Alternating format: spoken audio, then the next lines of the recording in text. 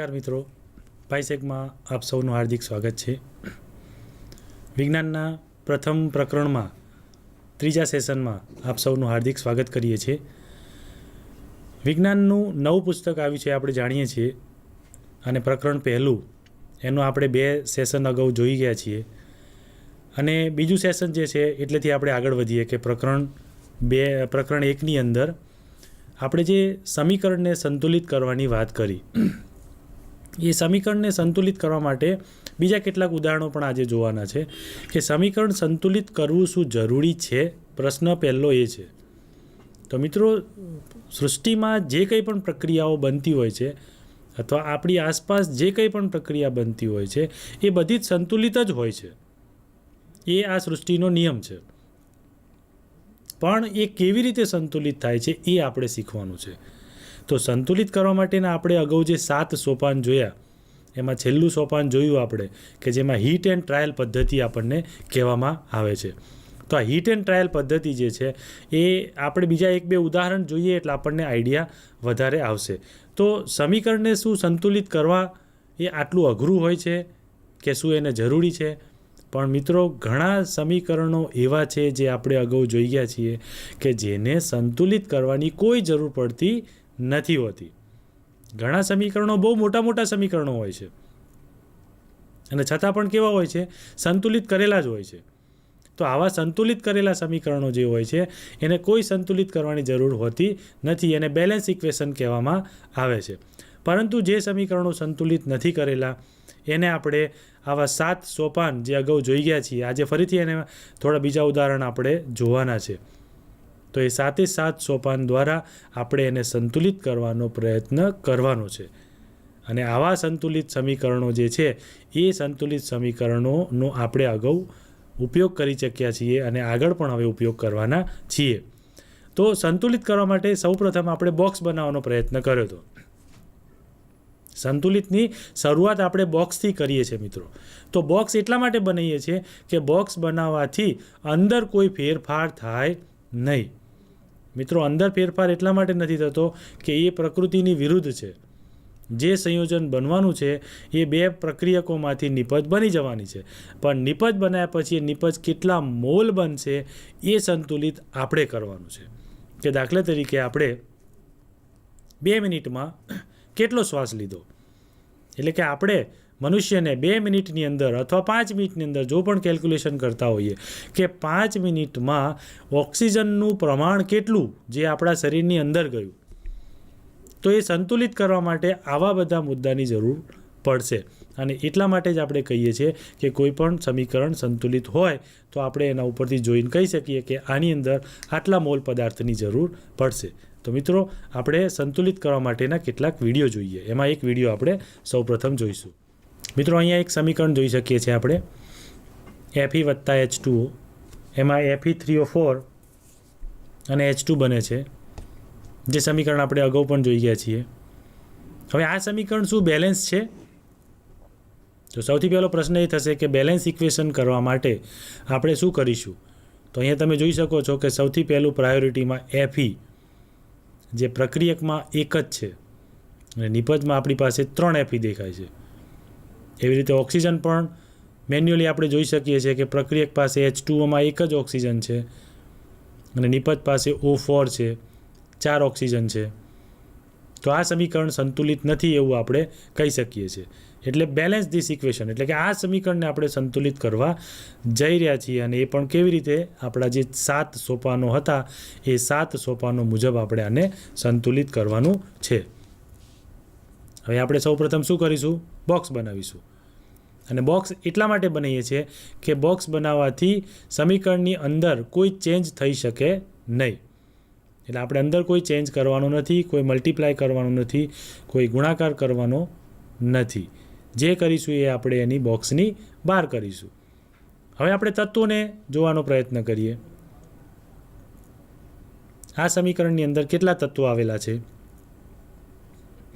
અને આ તત્વો જે છે એ પ્રક્રિયકોમાં અને નિપજોમાં અલગ અલગ સ્વરૂપમાં હોય છે. તો આ સ્વરૂપમાં શું ગોઠવાયેલા છે કે નહીં?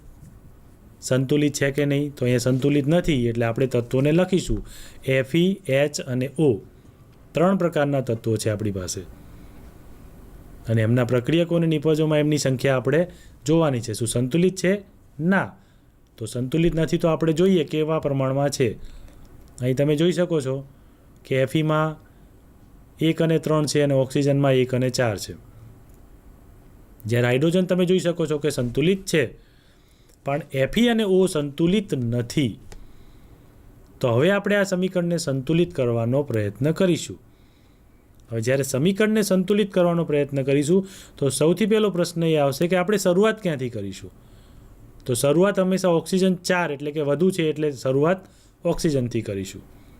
Fe3O4માં 4 ઓક્સિજન છે એટલે કે નિપજમાં ઓક્સિજનનું 4 પ્રમાણ છે અને પ્રક્રિયકમાં H2Oમાં 1 જ ઓક્સિજન છે. તો એને 4 કરવા માટે H2Oની આગળ આપણે 4 મૂકીશું. બરાબર. તો હવે H2Oની આગળ આપણે જ્યારે 4 મૂકીશું એટલે ઓક્સિજન 4 સંતુલિત થઈ ગયા, પરંતુ હાઇડ્રોજન બદલાઈ જશે. તમે જોઈ શકો છો કે 4 મૂકવાથી હાઇડ્રોજન જે છે એ 4 દૂને 8 થઈ ગયા અને નિપજોમાં હાઇડ્રોજનનું પ્રમાણ ફક્ત 2 છે. તો આપણું ત્રીજું સ્ટેપ શું આવશે કે H2ની આગળ આપણે એવી કોઈ સંખ્યા મૂકીશું નિપજમાં કે જેથી હાઇડ્રોજનનું પ્રમાણ 4 આપણને મળવું જોઈએ. જેથી H2ના આગળ આપણે 4 મૂકીએ છીએ તો આપણને હાઇડ્રોજન પણ સંતુલિત થઈ જશે. ઓક્સિજન સંતુલિત થઈ ગયા, હાઇડ્રોજન સંતુલિત થઈ ગયા. હવે ફક્ત Feનો વારો છે. તો Feને સંતુલિત કરવા માટે પ્રક્રિયકમાં 1 જ છે Fe અને નિપજમાં 3 Fe છે. તો આપણે પ્રક્રિયકની આગળ શું મૂકીશું? તમે જાણો છો 3 મૂકીશું એટલે Fe 3 થઈ ગયા. તો શું હવે આ સમીકરણ સંતુલિત છે? તમે જોઈ શકો છો.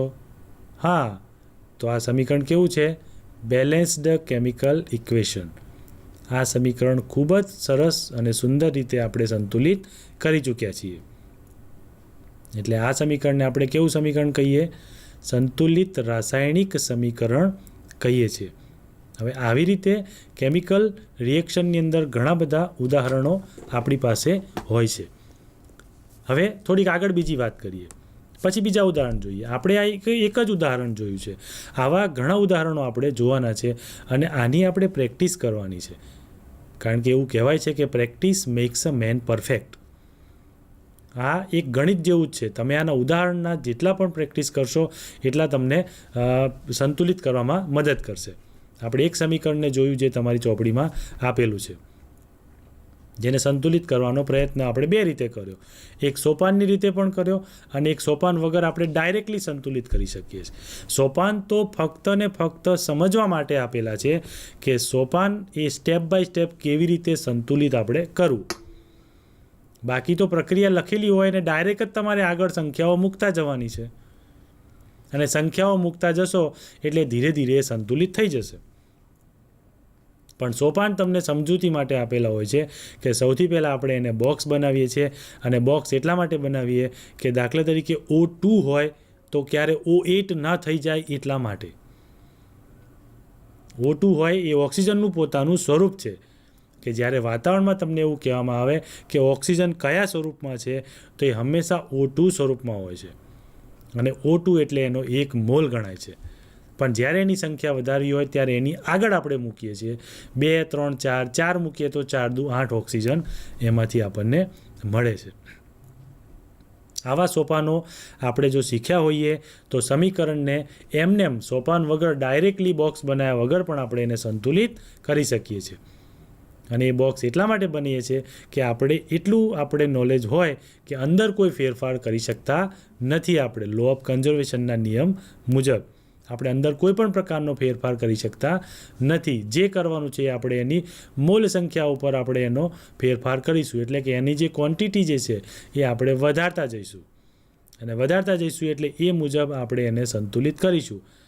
હવે આપણે અહીંયા બીજી એક વસ્તુ નોટિસ કરી કે જ્યારે પણ આપણે એક સંખ્યા મૂકતા ગયા ત્યારે એ સંયોજનમાં બીજું પણ તત્વ હોય છે એમાં પણ બદલાવ આવી શકે છે અને એનો બદલાવ જે આવે છે એના માટે આપણે નિપજમાં અથવા પ્રક્રિયકમાં ફરીથી પાછો કંઈક સુધારો કરવો પડે છે. અને આવી રીતે સુધારો જે છે એ પ્રક્રિયકમાં આપણે ડાયરેક્ટ કરવાનો છે. અને પ્રક્રિયકમાં આપણે આવો ડાયરેક્ટ સુધારો કરીશું એટલે એમાં એ આપણને ડાયરેક્ટ સોપાનની જરૂર પડશે નહીં. હવે આપણે એ 2 ઉદાહરણ જોયા. હવે એક આપણે છેલ્લું ઉદાહરણ જોઈએ છે મિત્રો, અને છેલ્લું ઉદાહરણ જોઈશું એના ઉપરથી આપણે ડાયરેક્ટ પ્રક્રિયા સમીકરણ કરી શકીશું. બરાબર? તો મિત્રો હવે આપણે એક બીજો વિડીયો જોઈશું.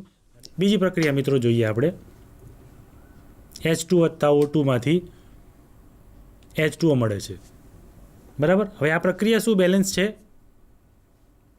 તમે એ જોઈ શકો છો કે આ પ્રક્રિયા આપણે અગાઉ પણ જોઈ હતી, પણ એને આપણે સંતુલિત કરવાનો પ્રયત્ન કર્યો નથી. હવે આજે આપણે એને સંતુલિત કરવાનો પ્રયત્ન કરીએ.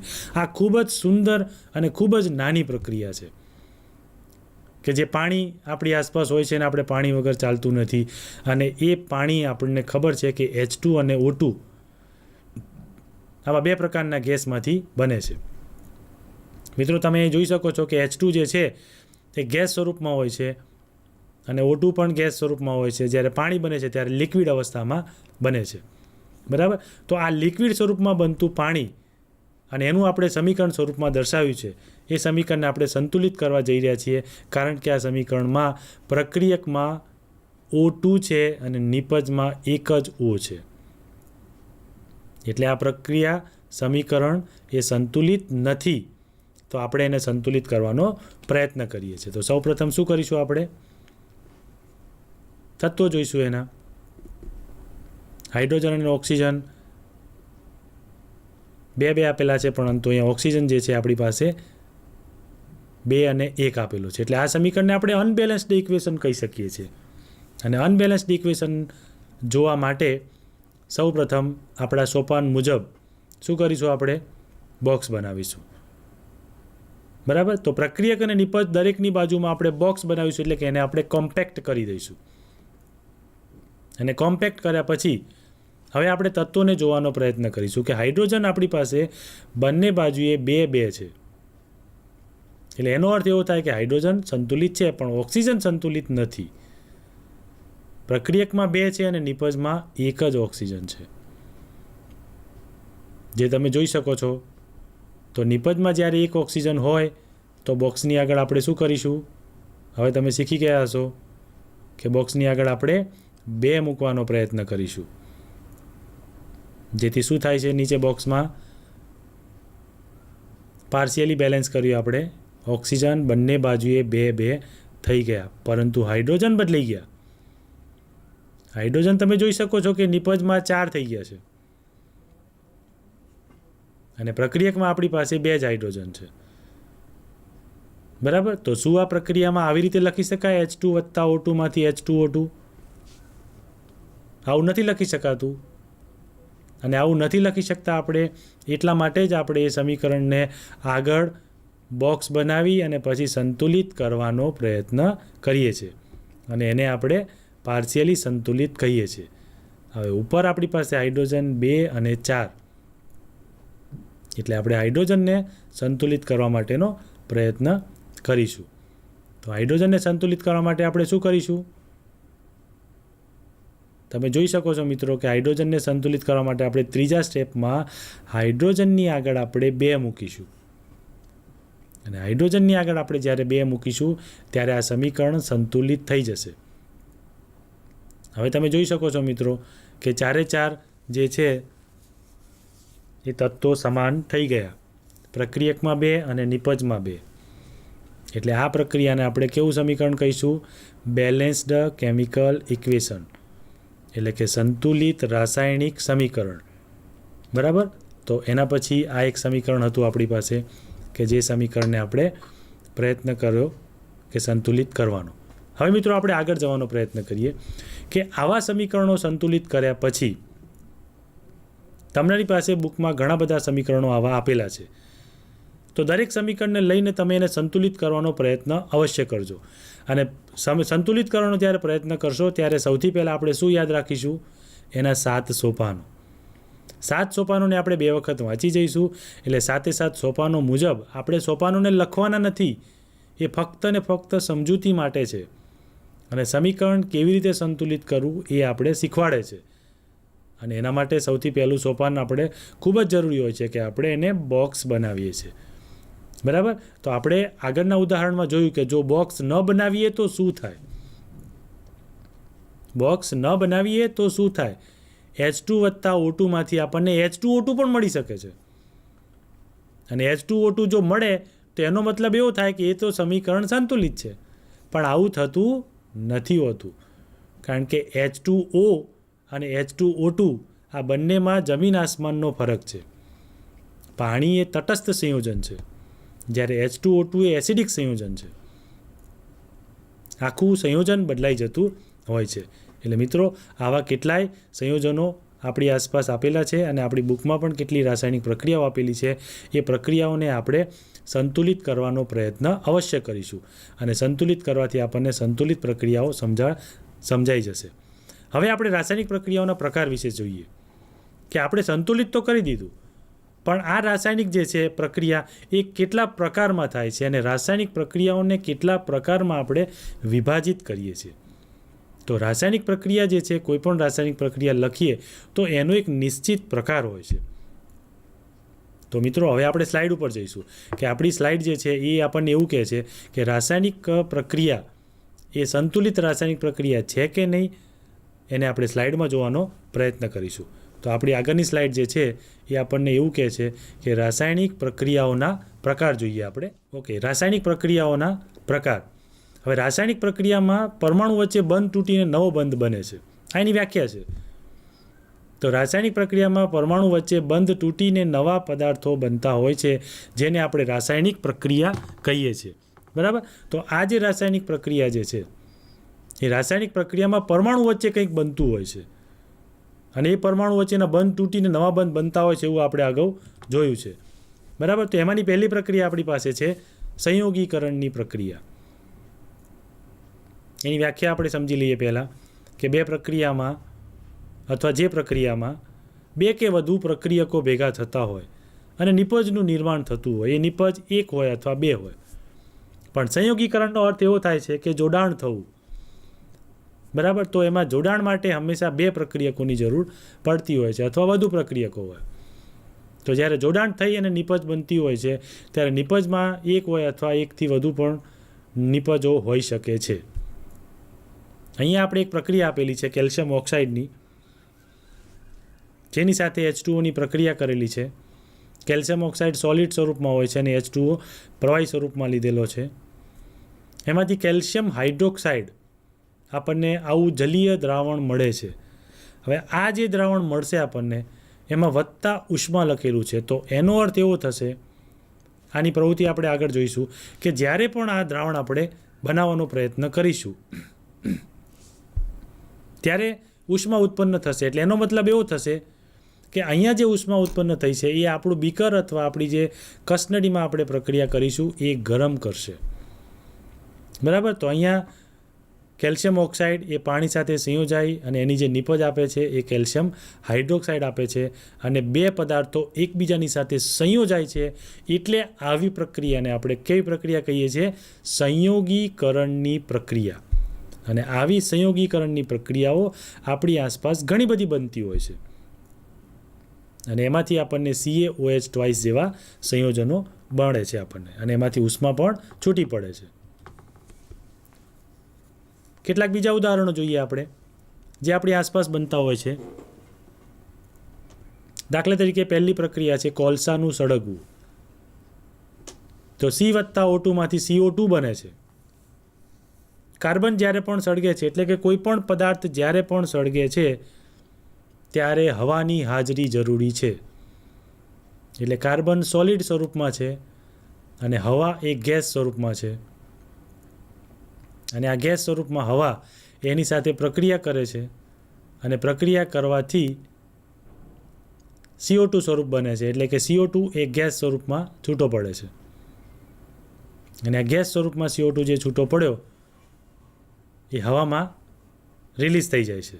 એટલે આવી પ્રક્રિયાઓ આપણી આસપાસ ઘણી બધી બનતી હોય છે, અને એટલા માટે જ કહીએ છીએ કે જ્યાં જ્યાં કચરાના ઢગલા હોય છે ત્યાં સળગતું હોય છે પ્લાસ્ટિક, અને એમાંથી આવા CO2 જેવા કેટલાય સોલ્યુશનો હવામાં ભળી જતા હોય છે અને પ્રદૂષણ થતું હોય છે. બીજી પ્રક્રિયા જે આપણે અગાઉ જોઈ ગયા છીએ, H2 વત્તા O2 માંથી પાણીનું નિર્માણ થવું. અહીંયા આપણે પ્રક્રિયા તો અગાઉ જોઈએ છીએ, પણ એક વસ્તુ આપણે જોવાનું છે કે અહીંયા H2 અને O2 બંને ગેસ સ્વરૂપમાં છે, અને જ્યારે પાણી બને છે ત્યારે લિક્વિડ સ્વરૂપમાં હોય છે. તો મિત્રો, આ રાસાયણિક પ્રક્રિયાનું એક ખૂબ જ સરસ મજાનું ઉદાહરણ છે. આના ઉપરથી આપણે એવું કહી શકીએ કે સંયોગીકરણની જે પ્રક્રિયા છે, એ સંયોગીકરણની પ્રક્રિયામાં આવા કેટલાય ઉદાહરણો આપણે જોઈ શકીએ છીએ મિત્રો. અને આવા 2 ઉદાહરણ અહીંયા ચોપડીને આપેલા છે, અને 2 ઉદાહરણ સિવાયના પણ તમે ઘણા બધા ઉદાહરણો લઈ અને આવી સંયોગીકરણની પ્રક્રિયાઓ સમજી શકો છો. ફરક ફક્ત એટલો જ છે કે સંયોગીકરણની જે પ્રક્રિયા છે એનો આપણે મર્મ સમજવો છે કે સંયોગીકરણ એટલે એકબીજાની સાથે જોડાવું. પણ જોડાવામાં એક વસ્તુનું ખાસ ધ્યાન રાખવાનું કે અહીંયા એવો ક્યાંય ઉલ્લેખ નથી કે ગેસ સ્વરૂપના 2 જોડાય તો ગેસ જ બને, એવો અહીંયા ક્યાંય ઉલ્લેખ નથી. તો મિત્રો, અહીંયા હંમેશા ગમે તે સ્વરૂપ હોય એનું ગમે તે સ્વરૂપમાં રૂપાંતર થઈ શકે છે. એટલા માટે કહીએ છીએ મિત્રો કે H2Oનું ઉદાહરણ એ સુંદર છે, અને આપણે દરેક જગ્યાએ એનું ઉદાહરણ લેવાનો પ્રયત્ન કરીએ છીએ. તમે જોયું કે H2 અને O2 બંને ગેસ સ્વરૂપમાં છે, અને આ ગેસ સ્વરૂપમાં ભેગા થાય છે એકબીજાની સાથે, અને એમાંથી પ્રવાહી સ્વરૂપમાં એનું રૂપાંતર થાય છે. તો આ જે પ્રવાહી સ્વરૂપમાં રૂપાંતર થયું એ એની અવસ્થા બદલાઈ ગઈ, પણ બંને ગેસ સ્વરૂપના સંયોજનો એકબીજાની સાથે જોડાયા છે, અને આ જે જોડાયા છે એ જોડાવાથી આપણે એને નામ આપ્યું છે સંયોગીકરણની પ્રક્રિયા. હવે આ સંયોગીકરણની પ્રક્રિયા થઈ એટલે એમાંથી જ્યારે ત્રીજું સ્વરૂપ ધારણ થશે, એ ત્રીજા સ્વરૂપમાં એની અવસ્થા બદલાઈ પણ શકે છે, 1માંથી 2 પણ થઈ શકે છે, ઉષ્મા ઉત્પન્ન પણ થઈ શકે છે, ઉષ્મા એની અંદર શોષાઈ પણ શકે છે. બધી જ શક્યતાઓ રહેલી છે, કારણ કે રાસાયણિક પ્રક્રિયા જે છે એ રાસાયણિક પ્રક્રિયા થવા માટે ઘણા બધા ફેક્ટર જરૂરી હોય છે. ઘણી વખત એવું બને છે કે તાપમાન જરૂરી છે, ઘણી વખત એવું બને છે કે દબાણ જરૂરી છે, ઘણી વખત એવું બને છે કે તાપમાનને દબાણની જરૂર પડતી નથી, એની જાતે પ્રક્રિયા થતી હોય છે. આવી પ્રક્રિયાને આપણે આપમેળે થતી પ્રક્રિયાઓ કહીએ છીએ. મિત્રો, તમે જુઓ છો કે વાતાવરણમાં નાઇટ્રોજનનું પ્રમાણ છે 78% જેટલું, ઓક્સિજનનું પણ પ્રમાણ છે, CO2નું પણ પ્રમાણ છે. દર સેકન્ડે આપણે ઓક્સિજનને શ્વાસોશ્વાસમાં લઈએ છીએ અને CO2ને બહાર કાઢીએ છીએ. તો એ પણ એક પ્રકારની રાસાયણિક પ્રક્રિયા છે કે જે શરીરમાં રહેલો કાર્બન ઓક્સિજન સાથે જોડાય છે અને એમાંથી CO2 બને છે. એટલે O2ની સાથે કાર્બન જોડાવાથી CO2 બને છે. એ રાસાયણિક પ્રક્રિયા થઈ, પરંતુ એનું સ્વરૂપ બદલાઈ જાય છે, જે તમે જોઈ શકો છો. ઘણીવાર એવું બને છે કે ઘન સ્વરૂપમાં જોડાવાથી વાયુ સ્વરૂપમાં રૂપાંતર થાય, અને વાયુ સ્વરૂપમાં જોડાવાથી ઘન સ્વરૂપમાં રૂપાંતર થાય. અહીંયા આપણે એક વસ્તુને ધ્યાનમાં લેવાની છે કે પ્રક્રિયાનું ગમે તે સ્વરૂપમાંથી ગમે તે સ્વરૂપમાં રૂપાંતર થઈ શકે છે. પરંતુ ઉષ્માની વાત કરીએ આપણે કે ઉષ્માના સ્વરૂપમાં આપણે 2 સ્વરૂપમાં વિભાજન કરી શકીએ છીએ. કે ઘણી પ્રક્રિયાઓ એવી હોય છે કે જે ઉષ્માને મુક્ત કરતી હોય છે, અને ઘણી પ્રક્રિયા એવી હોય છે કે જે ઉષ્માને શોષી લેતી હોય છે. તો આવી 2 સ્વરૂપની પ્રક્રિયાઓનો આજે આપણે અભ્યાસ કરીશું. એના માટે આપણે આગળની સ્લાઇડનો અભ્યાસ કરીશું, કે આગળની સ્લાઇડ જોઈશું. અહીંયા ઉદાહરણ જોયા પછી એક ઉદાહરણ આપણે વધુ જોઈએ, કેલ્શિયમ કાર્બોનેટનું. હવે તમે અહીંયા જે કેલ્શિયમ ઓક્સાઇડ એમાંથી જે કેલ્શિયમ હાઇડ્રોક્સાઇડ બનાવ્યો CaOH2, આ CaOH2 જે છે એ જલીય દ્રાવણ છે, અને આ CaOH2માં જ્યારે CO2 પસાર કરવામાં આવે છે ત્યારે એમાંથી કેલ્શિયમ કાર્બોનેટ નામનું એક સંયોજન બને છે, અને પાણી છૂટું પડે છે. બરાબર? એટલે એનો મતલબ એમ થયો કે આ જે ફોડેલો ચૂનો છે એને દિવાલો દોડવા માટે આ એનો ઉપયોગ છે. મિત્રો, તમે જોયું હશે કે સફેદ કલર એટલે કે ચૂનાનો ઉપયોગ દિવાલોને રંગ કરવા માટે થતો હોય છે. દિવાલોને રંગ કરવા માટે જે આ કેલ્શિયમ હાઇડ્રોક્સાઇડ વપરાય છે એ આપણે ક્યાંથી આવ્યો એ આપણી આગળની સ્લાઇડમાં તમે જોયું. બરાબર? કે C+O2 એમાંથી CO2 બને છે, અને CO2 જે બન્યો એ CO2માંથી કેલ્શિયમ ઓક્સાઇડ બને છે, અને કેલ્શિયમ ઓક્સાઇડની પાણી સાથેની પ્રક્રિયાથી કેલ્શિયમ હાઇડ્રોક્સાઇડ બને છે. આ કેલ્શિયમ હાઇડ્રોક્સાઇડ જે છે એને કેલ્શિયમ કાર્બન ડાયોક્સાઇડ સાથે પ્રક્રિયા કરવાથી કેલ્શિયમ કાર્બોનેટમાં રૂપાંતર કરી શકાય છે, અને એનો ઉપયોગ આપણે દિવાલોને રંગ કરવા માટે કરીએ છીએ, જે ચૂના દ્વારા રંગ કરવામાં આવે છે. બરાબર? પણ અહીંયા જે છે એ કેલ્શિયમ કાર્બોનેટ બની ગયા પછી પાણી છૂટું પડે છે, એટલે કેલ્શિયમ કાર્બોનેટ પાણીની અંદર રહેલો છે. અને આવો કેલ્શિયમ કાર્બોક્સાઇડ જે છે એ દિવાલો ઉપર જ્યારે રંગ કરતા હોઈએ છીએ ત્યારે એ પોતાના એટલે કે ચમકવાળા સ્વરૂપમાં આવી જાય છે અને દિવાલને એકદમ સફેદ કલરની બનાવે છે. મિત્રો, છેલ્લું મુદ્દો આપણને એવું કહે છે કે આરસ પહાણનું જે રાસાયણિક સૂત્ર જે છે, બરાબર, એ કેલ્શિયમ કાર્બોનેટનું સૂત્ર છે અને કેલ્શિયમ કાર્બોનેટ એ આરસ પહાણ છે. આવો આરસ પહાણ જે છે એ આપણા નજીકમાં એટલે કે અંબાજીની માઇન્સમાંથી પણ આવો આરસ પહાણ નીકળતો હોય છે અને આરસ પહાણ આપણે આપણા ઘરમાં અને મંદિરોમાં પણ લગાવીએ છીએ. તળિયામાં જે માર્બલ લગાવીએ છીએ, સફેદ કલરનો માર્બલ, એની અંદર આરસ પહાણનું સૂત્ર એટલે કે આરસ પહાણ એટલે કે કેલ્શિયમ કાર્બોનેટ એની અંદર છુપાયેલો હોય છે. એટલે આપણે એવું કહી શકીએ કે કેલ્શિયમ કાર્બોનેટનો સૌથી મોટો સ્ત્રોત જો કોઈ હોય, જો એ કયો છે? આરસ પહાણ છે. અને આવો આરસ પહાણ માટે આપણે એક વિડીયો જોવાના છીએ, પણ વિડીયો જોતા પહેલાં થોડીક એની વધારે ચર્ચા કરી લઈએ કે કેલ્શિયમ કાર્બોનેટ જે છે એ મારો એવો દાવો છે મિત્રો કે તમારા હાથમાં કોઈ પણ વસ્તુ હોય, આ ઘડિયાળ હોય કે આ પેન હોય કે કાગળ હોય કે કોમ્પ્યુટર હોય કે ખુરશી હોય કે પડદા હોય, એ દરેક વસ્તુની અંદર કેલ્શિયમ કાર્બોનેટ રહેલો છે. હવે તમને નવાઈ લાગશે જાણીને કે આ કેલ્શિયમ કાર્બોનેટ એવો કયો પદાર્થ છે કે દરેક વસ્તુની અંદર રહેલો છે? તો કેલ્શિયમ કાર્બોનેટ એ દરેક પદાર્થમાં ફિલર સ્વરૂપે વપરાય છે. હવે આપણે વાત કરીએ બોલપેનની, તો આ પ્લાસ્ટિકથી બનેલી બોલપેન, એની અંદર પ્લાસ્ટિક્સના કેમિકલ્સ હોય છે, પણ પ્લાસ્ટિક્સના જે કેમિકલ્સ હોય છે એ ટોટલી પ્લાસ્ટિકના કેમિકલ નથી હોતા. એનું એક પ્રમાણ હોય છે 10-20% જેટલું, બાકીનું 80% તો કેલ્શિયમ કાર્બોનેટ જ હોય છે. એવી રીતે તમે રબરની વાત કરો, રબરથી બનેલો આ ઘડિયાળનો બેલ્ટ હોય કે રબરથી બનેલી કોઈ પણ વસ્તુ હોય, એમાં પણ કેલ્શિયમ કાર્બોનેટ ફિલર તરીકે ભરેલો હોય છે. કેલ્શિયમ કાર્બોનેટનો સૌથી મોટો સ્ત્રોત જો કોઈ હોય તો એ આ માઇન્સમાંથી મળે છે આપણને. મિત્રો, બીજી એક વાત કહું કે આપણો હિમાલયનો ડુંગર એ કેલ્શિયમ કાર્બોનેટનો સૌથી મોટો સ્ત્રોત છે કે ત્યાંથી આપણને કેલ્શિયમ કાર્બોનેટ મળે છે, જેને આપણે આરસ પથ્થર અથવા લાઇમસ્ટોન કહીએ છીએ. આપણી કેમિસ્ટ્રીની ભાષામાં એનું એક બીજું નામ છે લાઇમસ્ટોન. તો લાઇમસ્ટોન જે છે એ આખો હિમાલય લાઇમસ્ટોનનો બનેલો છે અને એમાંથી કેલ્શિયમ કાર્બોનેટની પ્રક્રિયાઓ થતી હોય છે અને કેલ્શિયમ કાર્બોનેટ છૂટો પડતો હોય છે અને આ બધી જ રાસાયણિક કંપનીઓમાં કેલ્શિયમ કાર્બોનેટ જાય છે. પ્લાસ્ટિકમાં જાય છે, રબરમાં જાય છે, પેઇન્ટમાં જાય છે, દવાઓમાં જાય છે. બધી જ જગ્યાએ વપરાતો આ કેલ્શિયમ કાર્બોનેટ એ મલ્ટીપર્પઝ યુઝ છે. એટલા માટે મારે કહેવું પડ્યું કે હાથમાં રહેલી તમામ વસ્તુઓ, આ માઇક હોય કે કોમ્પ્યુટર હોય કે લેપટોપ હોય કે માઉસ હોય કે કાચ પણ મિત્રો એમાંથી બને છે. કાચ જે છે એની અંદર પણ ફિલર તરીકે કેલ્શિયમ કાર્બોનેટ જ વપરાય છે.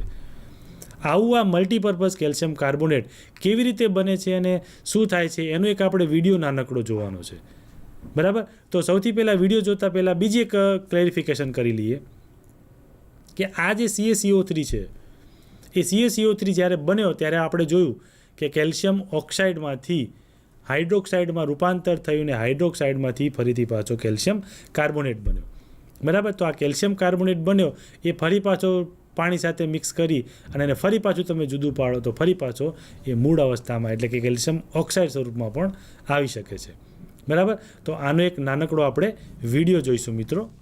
તમે અહીંયા જોઈ શકો છો કેલ્શિયમ કાર્બોનેટને CO2 સ્વરૂપમાં અલગ કરેલો છે. હવે આ CO2 સ્વરૂપમાં અલગ કરવા માટે અહીંયા એક નાનકડો પ્રયોગ આપણને આપેલો છે. CaCO3 2 ટેસ્ટ ટ્યુબ આપણને આપેલી છે, બરાબર. એ ટેસ્ટ ટ્યુબમાં લાઇમ વોટર લઈએ છીએ આપણે. લાઇમ વોટર એટલે CaOH ટ્વાઇસ, જે જલીય દ્રાવણ સ્વરૂપમાં હોય છે. આ પ્રક્રિયા આપણે અગાઉ પણ જોઈ ગયા છીએ. લાઇમસ્ટોનનું સાયકલ જોવાનો પ્રયત્ન કરીએ આપણે. લાઇમસ્ટોન એક ખડક છે અને હાઈ ક્વોલિટીમાં આપણને ખડકમાંથી મળે છે, એટલે કે આરસ પથ્થરમાંથી મળે છે. આવું આ લાઇમસ્ટોન જે છે એ કયા ફોર્મમાં હોય છે અને એનો યુઝ શું થાય છે અને એની સાયકલ કેવી હોય છે એ સમજવાનો આપણે પ્રયત્ન કરીએ છીએ. દરિયામાં રહેલા છીપલા, શંખ, આ બધાની અંદર પણ લાઇમસ્ટોન રહેલો હોય છે અને દરિયામાં જેમ જેમ વર્ષો અને દિવસો વીતતા જાય છે એમાં શંખ અને છીપલાનું પ્રમાણ પણ વધતું જાય છે. અને એમાંથી આરસપહાણના ડુંગરો જન્મે છે અને એમાં હાઈ ક્વોલિટીમાં કેલ્શિયમ કાર્બોનેટ આપણને જોવા મળે છે. આ રિયલ લાઈફ એપ્લિકેશન છે આપણી, કે દાખલા તરીકે આપણી આસપાસ રહેલી ઘણી બધી વસ્તુઓ છે, દરવાજા છે, બધામાં કેલ્શિયમ કાર્બોનેટ આપણો વપરાતો હોય છે. અને આ કેલ્શિયમ કાર્બોનેટ જે છે એ લાઇમસ્ટોન સ્વરૂપમાં હોય છે અને કેલ્શિયમ કાર્બોનેટમાંથી ક્વિક લાઇમ વત્તા કાર્બન ડાયોક્સાઇડ છૂટું પડે છે. બરાબર.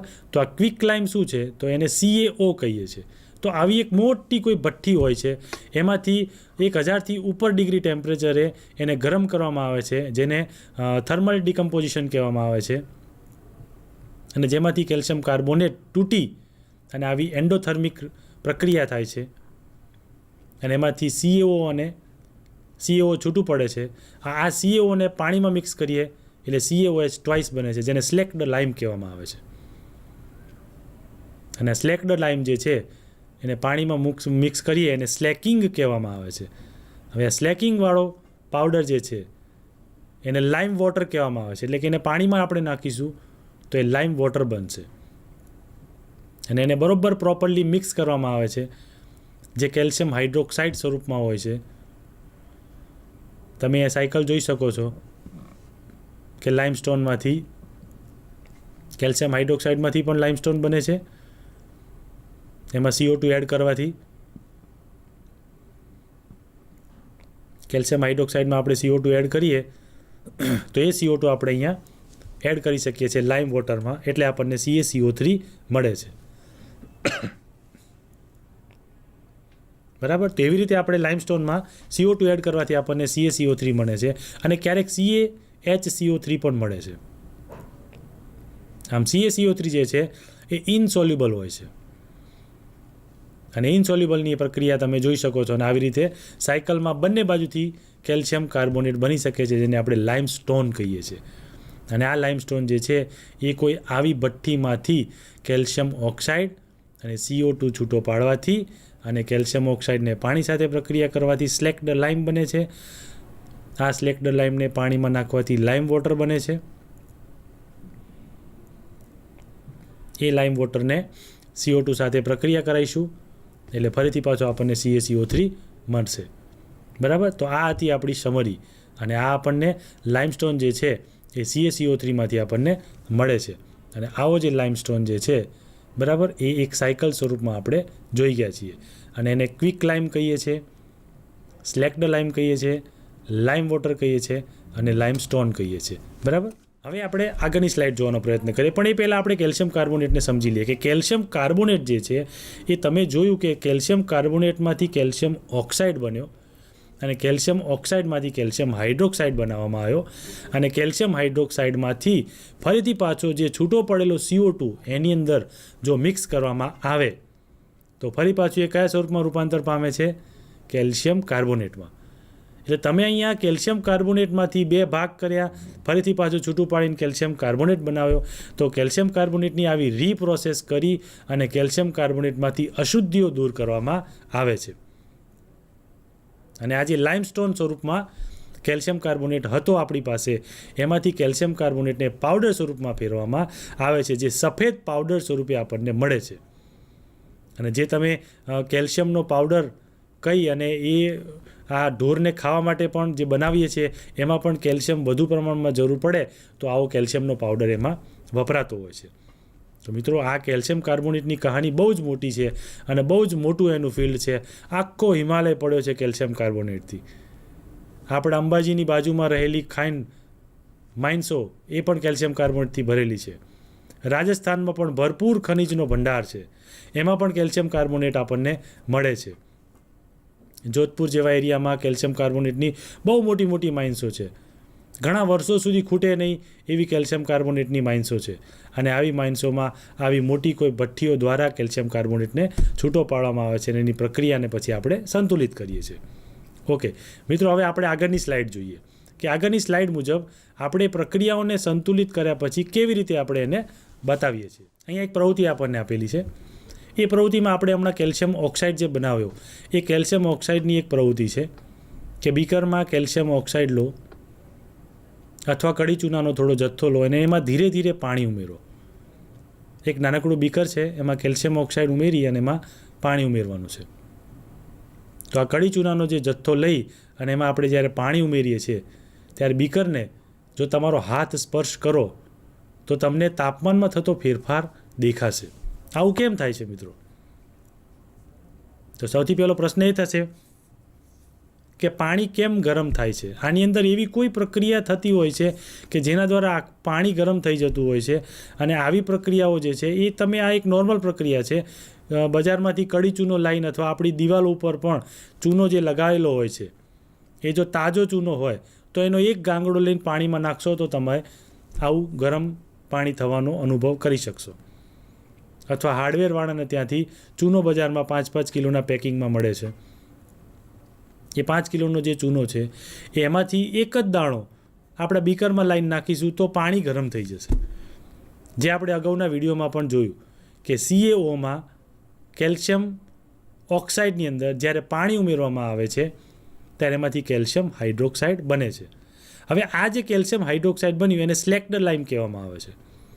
અને આ કેલ્શિયમ હાઇડ્રોક્સાઇડમાં જો તમે CO2 ઉમેરો તો ફરીથી પાછો કેલ્શિયમ કાર્બોનેટ બની જાય છે. એટલે આ પ્રવૃત્તિ દ્વારા આપણે એવું સાબિત કરી શકીએ કે આ પ્રવૃત્તિ દ્વારા તમે જે પ્રવૃત્તિ કરી કેલ્શિયમ ઓક્સાઇડમાં પાણી ઉમેર્યું તો એમાંથી આપણને ઉષ્મા બહાર નીકળી. તો ઉષ્માને અંદરથી બહાર કાઢવાની એક આ પ્રવૃત્તિ હતી આપણી પાસે. કે ઘણી પ્રક્રિયાઓ એવી હોય છે કે જેમાં ઉષ્મા બહાર નીકળતી હોય છે, અને ઘણી પ્રક્રિયા એવી હોય છે કે જેમાં ઉષ્મા શોષાઈ જતી હોય છે. તો આવી આપણી પાસે બે પ્રક્રિયાઓ છે મિત્રો, ઉષ્મા ક્ષેપક પ્રક્રિયા અને ઉષ્મા શોષક પ્રક્રિયા.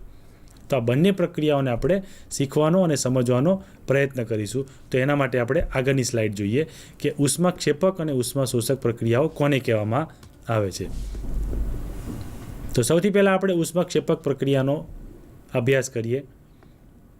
એની આપણે વ્યાખ્યા જોવાનો પ્રયત્ન કરીએ કે એવી પ્રક્રિયા કે જેમાં નિપજોના નિર્માણની સાથે ઉષ્મા મુક્ત થતી હોય તો તેવી પ્રક્રિયાને ઉષ્માક્ષેપક પ્રક્રિયા કહે છે. એટલે કે પ્રક્રિયા દ્વારા ઉષ્મા મુક્ત થતી હોય. પહેલી પ્રક્રિયા આપણને બતાવે છે કે CaO વત્તા H2O કરીશું આપણે તો CaOH ટ્વાઇસ બનશે, જેમાં ઉષ્મા મુક્ત થશે. બરાબર. તો એ ઉષ્મા મુક્ત થઈ એટલે આવી પ્રક્રિયાને આપણે શું કહી શકીએ છીએ? ઉષ્માક્ષેપક પ્રક્રિયા કહી શકીએ છીએ.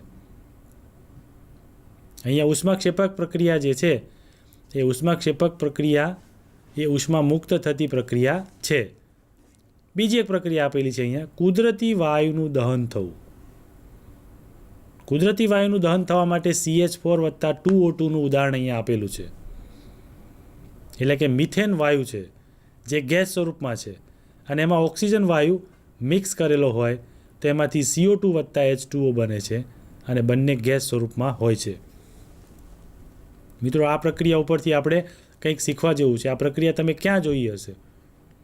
આપણા ઘરમાં બર્નર હોય છે ગેસનું. જ્યારે ગેસ શરૂ કરીએ છીએ આપણે, LPG હોય કે કુદરતી ગેસ હોય, બરાબર, કે PNG ગેસ હોય, તો દરેક ગેસની અંદર તમારો જે સ્ટવ હોય છે એ સ્ટવની નીચે બર્નરની સાઈડમાં ખુલ્લી જગ્યા હોય છે. એટલે કે તમને ઘણીવાર એવું થાય કે આ ગેસ આવે છે તો બહારથી હવા લેવા માટે એની ખુલ્લી જગ્યા રાખેલી હોય છે. જે તમે પ્રક્રિયામાં જોયું કે CH4 છે એમાં આપણે O2 ઉમેરીએ છીએ ત્યારે જ એમાંથી CO2 ને H2O બને છે. પણ એ પ્રક્રિયામાં CO2 ને H2O જે બન્યા એ કયા સ્વરૂપમાં બન્યા? ગેસ સ્વરૂપમાં બન્યા. અને ગેસ સ્વરૂપમાં જ્યારે આપણો બર્નર સળગે છે એ ગેસ સ્વરૂપમાં હોય છે. કારણ કે આપણે જોઈએ છીએ કે બાટલામાંથી જે ગેસ આવે છે LPG સિલિન્ડરમાંથી, એમાં મિથેન ગેસ રહેલો હોય છે. એ સિલિન્ડરમાંથી ગેસ આવે છે અને બહારથી એમાં ઓક્સિજન ઉમેરવામાં આવે છે. એ એની જાતે જ લઈ લે છે કારણ કે આજુબાજુમાં ઓક્સિજન રહેલો હોય છે. એની જાતે લઈ લે છે. અને જ્યારે તમે બર્નરથી લાઇટરથી શરૂઆત કરો છો સળગાવવાની ત્યારે એમાંથી એની ફ્લેમ સ્વરૂપે એ બહાર આવે છે અને એ જે ફ્લેમ છે એમાં CO2 રહેલો હોય છે. અને એ જે CO2 રહેલો હોય છે એ CO2 ફ્લેમ સ્વરૂપે રહેલો હોય છે. એ આપણને એવું બતાવે છે કે એમાંથી ઉષ્મા બહાર નીકળી. અને આ ઉષ્મા એટલી બધી વધારે હોય છે કે એ બર્નર ઉપર તમે તપેલી મૂકીને રાંધવાનું ખોરાક બનાવી શકો છો, ચા બનાવી શકો છો, અને એવું આપણે બનાવતા હોઈએ છીએ. તો આવી પ્રક્રિયાઓમાંથી ઉષ્મા બહાર નીકળી એટલે આવી પ્રક્રિયાઓને આપણે શું કહીએ છીએ? ઉષ્માક્ષેપક પ્રક્રિયા. બરાબર. તો ઉષ્માક્ષેપક પ્રક્રિયાઓ માટે એક જ સિદ્ધાંત જરૂરી છે કે જેમાંથી ઉષ્મા બહાર નીકળતી હોય એવી પ્રક્રિયાઓને આપણે ઉષ્માક્ષેપક પ્રક્રિયાઓ કહીએ છીએ. સ્લાઇડમાં આપણે જોઈએ કે ત્રીજી પ્રક્રિયા આપણને આપેલી છે શ્વસન પ્રક્રિયા. અહીં તમે પ્રક્રિયાઓ જોઈ શકો છો. C6H12O6 આ ગ્લુકોઝનું સૂત્ર છે અને ગ્લુકોઝના સૂત્રમાં ઓક્સિજન ઉમેરાય છે O2 6O2 લખેલું છે. પ્રક્રિયા અહીંયા સંતુલિત કરીને જ આપણને આપેલી છે. તો પ્રક્રિયા દરમિયાન આપણને જે નિપજ મળે છે એ આવી કંઈક મળે છે 6CO2 + 6H2O પ્લસ ઉષ્મા. એટલે એનો મતલબ એમ થશે કે આમાં પણ ઉષ્મા મળે છે અને આ પ્રક્રિયા કેવી છે? ઉષ્માક્ષેપક પ્રક્રિયા છે. હવે મિત્રો અહીંયા આપણે એક વસ્તુ જોવાની છે કે આ ગ્લુકોઝમાં ઓક્સિજન કેવી રીતે ઉમેરાયો અને આ ગ્લુકોઝ આવ્યો ક્યાંથી? તો મિત્રો આપણે જ્યારે પણ કોઈ પણ ખોરાક ખાઈએ છીએ એ ખોરાકમાં ખાંડ પણ હોય છે અને કોઈ પણ ગળ્યા પદાર્થો પણ હોય છે અને આવા ગળ્યા પદાર્થોમાંથી ગ્લુકોઝ બનતો હોય છે અને એ ગ્લુકોઝ જે છે એ ઓક્સિજન સાથે સંયોજાય છે. કયા ઓક્સિજન સાથે? આપણી શ્વાસોશ્વાસમાં લીધેલા ઓક્સિજન સાથે. એની આગળની પણ પ્રક્રિયાઓ આપણી પાસે ઘણી બધી છે, વિઘટન પ્રક્રિયાઓ. પણ એ પ્રક્રિયાઓ શીખતા પહેલાં આપણે આ પ્રક્રિયાને સમજી લઈએ કે આમાં કયું વિઘટન થયું. તમે જોઈ શકો છો કે અહીંયા ગ્લુકોઝ જે છે એને 2 સ્વરૂપમાં વિઘટન કરી નાખ્યું. કાર્બન જે હતા એ 6 હતા C6 સ્વરૂપમાં, તો એમાંથી 6 H2O બની ગયા અને 6 H2O બન્યા પછી 6 ઓક્સિજન પણ બને છે અને એમાંથી ઉષ્મા છૂટી પડે છે. તો મિત્રો તમે અહીંયા જોઈ શકો છો કે ઓક્સિજન ઉમેરાવાથી ગ્લુકોઝનું આવી રીતે વિઘટન થાય છે. એટલે આ વિઘટન પ્રક્રિયાઓ જે છે એવી આપણે શીખવાની જરૂર પણ પડશે. આ પણ રાસાયણિક પ્રક્રિયાનો એક બીજો ભાગ છે. તો અહીંયા ઉષ્માક્ષેપક પ્રક્રિયાઓ આપણે 3 જોઈ, તો શું વાતાવરણમાં બીજી કોઈ પ્રક્રિયાઓ હશે આવી? એવો એક પ્રશ્ન થાય છે. અહીંયા 3 પ્રક્રિયાઓ તમને આપેલી જ છે, પણ આ 3 સિવાય ઘણી બધી પ્રક્રિયાઓ છે. તમે એવી ઘણી પ્રક્રિયાઓ રોજિંદા જીવનમાં પણ જોઈ હશે કે જેને સળગાવવાથી ઉષ્મા બહાર નીકળતી હોય. તો આવી બહાર નીકળતી તમામ પ્રક્રિયાઓને આપણે ઉષ્માક્ષેપક પ્રક્રિયાઓ કહીશું. અને જો મિત્રો તમને કોઈ એવી પ્રક્રિયા મળે કે જેમાં ઉષ્મા શોષાઈ જતી હોય તો એને ઉષ્મા શોષક પ્રક્રિયા કહીશું. એ પણ આપણે આગળ જોવાના છીએ. પણ રાસાયણિક પ્રક્રિયાઓના જે પ્રકાર છે એ પ્રકારમાં આપણે આગળ વધવાનો પ્રયત્ન કરીએ. તો સૌથી પહેલો આપણે વિઘટન પ્રક્રિયાનો વિચાર આવશે. વિઘટન પ્રક્રિયામાં આપણે શું જોઈશું કે કોઈ પણ એક પ્રક્રિયાને ઉષ્મા આપવાથી એનું 2 કે 2થી વધુ પ્રમાણમાં જો વિઘટન કરી શકતા હોઈએ આપણે તો એને વિઘટન પ્રક્રિયા કહીએ છીએ. બરાબર. દાખલા તરીકે આપણને એક પ્રક્રિયક આપેલો છે FeSO4. ઉદાહરણ છે આપણી પાસે પહેલું, અને એને જો તમે ઉષ્મા આપો FeSO4 ને, તેમાંથી Fe2O3 બનશે, SO2 બનશે અને SO3 બનશે. અહીં એક જ પ્રક્રિયક છે અને 3 નિપજમાં રૂપાંતર થાય છે. એવી રીતે બીજી પ્રક્રિયા જે આપણે અગાઉ જોઈ હતી CaCO3, જેમાંથી CaO અને CO2 કડી ચૂનો એ સિમેન્ટ બનાવવા માટે વપરાય છે, આપણે જાણીએ છીએ. બરાબર. તો આવી પ્રક્રિયાઓ જે છે એના ઉપરથી આવી પ્રવૃત્તિઓ પણ આપણે કરી શકીએ છીએ. પણ એ પ્રવૃત્તિ કરતાં પહેલાં પ્રક્રિયાઓ સમજી લઈએ. તો મિત્રો રોજિંદા જીવનમાં આવી ઘણી બધી પ્રક્રિયાઓ આપણી આસપાસ બનતી હોય છે. તો શું તમે બીજી પ્રક્રિયાઓના ઉદાહરણ લખી શકો છો? હા મિત્રો, આવી 2 પ્રક્રિયાઓ સિવાય તમે બીજી કેટલીય પ્રક્રિયાઓના ઉદાહરણનું એક લિસ્ટ બનાવજો અને લિસ્ટ બનાવ્યા પછી તમે જોઈ શકો છો કે આ પ્રક્રિયા વિઘટન પ્રક્રિયા છે કે વિસ્થાપન પ્રક્રિયા છે કે સંયોગીકરણ પ્રક્રિયા છે. મિત્રો, તો આજે આપણે જે આટલું બધું શીખ્યા તેમાં પ્રક્રિયાઓના પ્રકાર વિશે પણ શીખ્યા છીએ. એ પ્રક્રિયાઓના પ્રકારમાં વિઘટન પ્રક્રિયાઓનો પ્રકાર જે છે એ ખૂબ જ જરૂરી છે કે જ્યારે એક જ પ્રક્રિયક હોય અને એમાંથી 2 કે 2થી વધુ નિપજો આપણને મળતી હોય, એટલે કે એનું વિઘટન થઈ જાય છે, જુદા પડી જાય છે, ત્યારે જ આપણે આવી પ્રક્રિયાને વિઘટન પ્રક્રિયા કહીએ છીએ. દાખલા તરીકે હું તમને એક પાણીની પ્રક્રિયાનું ઉદાહરણ આપું કે H2 + O2 એમાંથી H2O બને છે. હવે તમને 1 ગ્લાસ પાણી આપવામાં આવે અને ફરીથી એવું કહેવામાં આવે કે આમાંથી H2 ને O2 છૂટા પાડી દો. તો અશક્ય તો કશું નથી મિત્રો. હમણાં આપણે આગળ વાત કરીએ પ્રમાણે વિદ્યુતના 2 રોડ બનાવીને એમાંથી H2 ને O2 આપણે છૂટા પાડી શકીએ છીએ. ત્યારે એ પ્રક્રિયા વિઘટન પ્રક્રિયા કહેવાશે. તો મિત્રો રાસાયણિક પ્રક્રિયાઓના પણ આવા જુદા જુદા ભાગ છે જેનું આપણે આ સેશનમાં અનુમાન કર્યું, અને આવા બીજી કેટલી પ્રક્રિયાઓના ઉદાહરણ દ્વારા પણ તમે સમજી શકો છો કે વિઘટન પ્રક્રિયા કોને કહેવાય અને સંયોગીકરણ પ્રક્રિયા કોને કહેવાય. તો મિત્રો આજનું સેશન આપણે અહીં પૂરું કરીએ છીએ અને આગળના સેશનમાં જોઈશું. આભાર.